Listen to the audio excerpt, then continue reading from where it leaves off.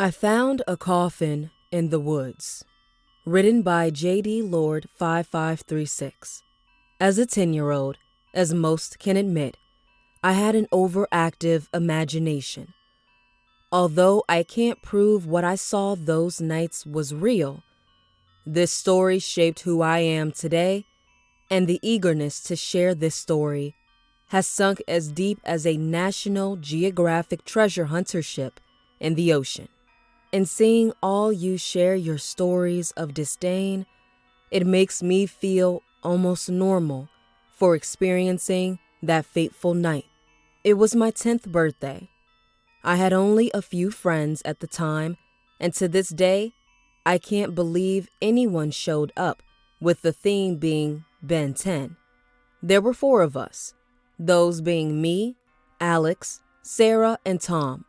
Somehow, we had all convinced the oblivious adults to allow us to explore the small patch of trees barely able to be called a forest, but still big enough to get lost in. We walked out the door, leaving the terribly inflated green balloons and sideways hung tapestries behind. We waved goodbye and headed out behind the house. "What if we see a serial killer?" Sarah called out to the rest of us boys, who were so far ahead of her we could barely hear. Don't worry, princess. Your chivalrous knight will defend you," Tommy called back, making fake stab motions, pretending to fight back monsters or whatever creatures were filling his young mind. "Tommy, you couldn't even fight off Daryl at school a week ago." Me and Alex laughed as we stopped for the rest to catch up. "Hey," Tommy said sheepishly as his arms fell back in place. "He's like 7 feet tall." "Well, I still thought it was brave," Sarah said with a smile as she patted his shoulder, just reaching his place in the field. "Come on, guys," I dragged out as I started walking slowly into the tree line so the rest could catch up. "They're gonna expect us back soon, and I want to see something cool." Little did my 10-year-old mind know that I was gonna see something cool at a price. The woods, even though patchy, were still clogged with trees, although some stories say that the sounds of the forest fill your ears the moment you step in. I can only remember now that it was eerily quiet that day. We were too busy being kids to feel the dense silence in the air. "Hey, stop that!" I swatted at Tommy as he slid behind me, pretending as if he wasn't just pulling at my shoulder-length hair for the past 5 minutes. "I'm bored," Alex said sluggishly behind us. "Well, is the party behind us really any better?" I asked. "No," he said quietly, his shoulders slouching a bit. "Exactly." I noticed the 2 boys drift off the path as Tommy spotted a squirrel, and the adventure began for him and Alex. I was left alone with Sarah. I didn't know her that well. She was Alex's cousin, and we had only spoken a few times during school. "So," taking a few steps to my side, "you get anything cool for your birthday?" I was too busy looking at her very long auburn hair to hear her question, as I hit her with a small, "Your presents," she chuckled, placing her hands behind her back. "Oh, yeah, really cool stuff." I tried remembering for a moment, but suddenly found myself an amnesia patient in the doctor's office. Her tone seemed to die down as she just began to follow me to a small log we both sat on. I kicked at the dirt a little, and she joined me. It was a nice moment in my mind, as I can remember it, my last normal moment. "Mike!" The loud scream ripping through the forest. My name. I looked quickly at the direction it came from and back to Sarah, her face white, a look of terror that still rings clear in my mind. a look of terror that still rings clear in my head. I could imagine my face looked just as bad. As I quickly got up from the log, dirt spraying in front of me, I started running in the direction it came from. I knew it was Alex, and I knew he was in trouble. I lost sight of Sarah, and everything became a blur. I got lightheaded, and then another scream. This wasn't Alex, and I was lost. "Alex!" I screamed through the blank green all around me. "Tommy!" The forest became a nightmare. I started moving in all different directions. After a while, the dark started peering over the trees, the stars becoming eyes staring at me. After about 10 minutes of darkness, I gave up and set myself on the dirt. I wanted to cry. How could I have been so stupid? I got back up, determined to do something, to be able to get home. I couldn't push the fear away, though, and suddenly I became aware of the silence. Minutes went by and there were no birds. There were no squirrels. I couldn't even find a single ant on the rough dirt floor. It was as if someone sucked all the life out of the planet. The only thing left, the creature making the screaming noise.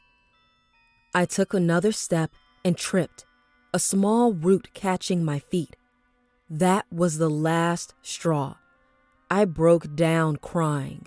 After about 2 minutes of me feeling sorry for myself, I heard something, rustling in the bush. My eyes darted around me to the patch of open path right in front of me. "Hello?" I called out into the night and immediately realized how stupid that was. "Hello?" I forgot about the injury as I started scrambling to get up. It was silent again, but I didn't stop to dwell. I just ran. I changed direction almost every 5 minutes, hoping to lose whoever replied. About 10 minutes later, I saw something that made me stop running. It looked like a cave. It might have been about the first grayish-black thing I had seen yet, almost as dark as the night, but very reflective in the moonlight. It had jagged edges and looked as if an adult could only get through crawling on their knees. Almost a perfect size for me. I took a few steps closer to it, a faint whistling sound coming from deep inside. To this day, I don't know why I went inside. I can't tell you what overcame me, what powerful force willed my small feet to move into that dark, dark area. But when I stepped a few feet inside, it wasn't dark. I could see everything, every outline of the cave wall, every rock and stone in the cave. It was as if I became nocturnal. I couldn't comprehend it. I kept going. I came into a split into the middle of the cave, right, left. I went right. As my footsteps echoed through the small space, I started to creep slowly, afraid something would hear me. It was only a few minutes before the cave widened. I was able to go up on my toes and not touch the ceiling. The elongated cave spread out, and I could see something in the distance. It was in a rectangular shape, and even in the bare light of the cave, I could see every edge, every surface, every carved symbol. I stepped closer, a stench rising from the area. I couldn't tell what it was, but it was wretched. I had to plug my nose as I creeped closer to the big box. There was nothing in it. I was confused, and my mind started running.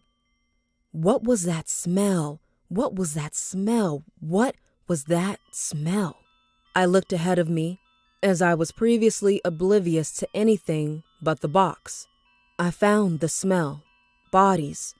So many of them, piled up to the roof of the cave, I couldn't count all of them. Were my friends in there? Tommy? Sarah? Alex? My feet wouldn't move. I just stared. My eyes wouldn't move, my feet stuck in cement. I saw women, I saw men, I saw children. Hello. I bolted, the silence broken, and a maniacal laughter rang through the cave. And as quickly as it came, it was gone. And I was quickly to the edge of the cave. I ran and I ran and I ran. My feet tore against the soles of my shoes until they were numb. I was cut by so many thorns on branches, it looked as if a knife was taken to every inch of my skin. I didn't stop running. I couldn't, and I was free. The tree line broke and I was back outside, my backyard in view. I kept running and running till I got to the front.